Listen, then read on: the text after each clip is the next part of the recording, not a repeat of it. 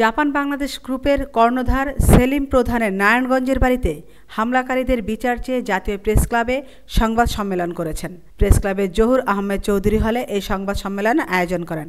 রূপগঞ্জের মোস্তাফিজুর রহমান ভূঁইয়া দীপু বাহিনী কর্তৃক অফিস, গাড়ি ভাঙচুর, অগ্নিসংযোগ ও গুলিবর্ষণের প্রতিবাদ জানিয়ে সংবাদ সম্মেলনে তিনি বলেন, আমি আমার জীবনে কোনো রাজনৈতিক দলের সাথে আমি আগে কোনোদিন ছিলাম না।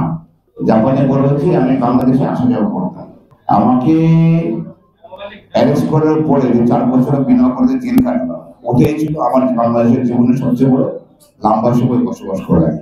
নির্বাহী কমিটির সদস্য আর খবরের পর নারায়ণগঞ্জ জেলার সাবেক সেক্রেটারিয়েট এপি, তারা বিএনপি জন্য যেমন কলঙ্ক, দেশের জন্য কলঙ্ক। কথা বলার স্বাধীনতার কারণে আমার জায়গা দীপু ভূঁইয়া কাজী বাহিনীর সাথে দখল করে আসছে আর কি। আমি কথা বলার স্বাধীনতা থাকার কারণে আমি এলাকায় গেলে আমাকে খুন করে ফেলবেন।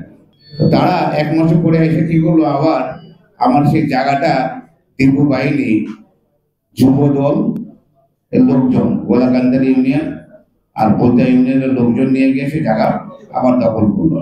তো আমি সরকারের কাছে বারবার অভিযোগ করে গেছি, আমি থানায় অভিযোগ করেছি, আমি ইউনিয়ন অফিসে অভিযোগ করি, আমি সবার কাছে অভিযোগ করি, ডিসি অফিস, এসপি অফিস, সবার কাছে অভিযোগ করি। অভিযোগ করার পরে ওরা আজকে কালকে দেখতে লাস্টে আপনি কয়েক সপ্তাহ আগে ইউনিয়ন অফিসে সিদ্ধান্ত হয় যে এটা যে সেলিম প্রধানের সিগনেচার না, এটা যেন আমরা সিএ দিতে পারবো।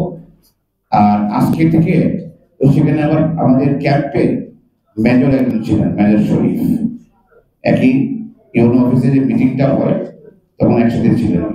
তখন সিদ্ধান্ত হয় যে এই বাজার থেকে কেউ টাকা উঠাতে পারবে না। আমিনা ইসলাম, আজকের সংবাদ।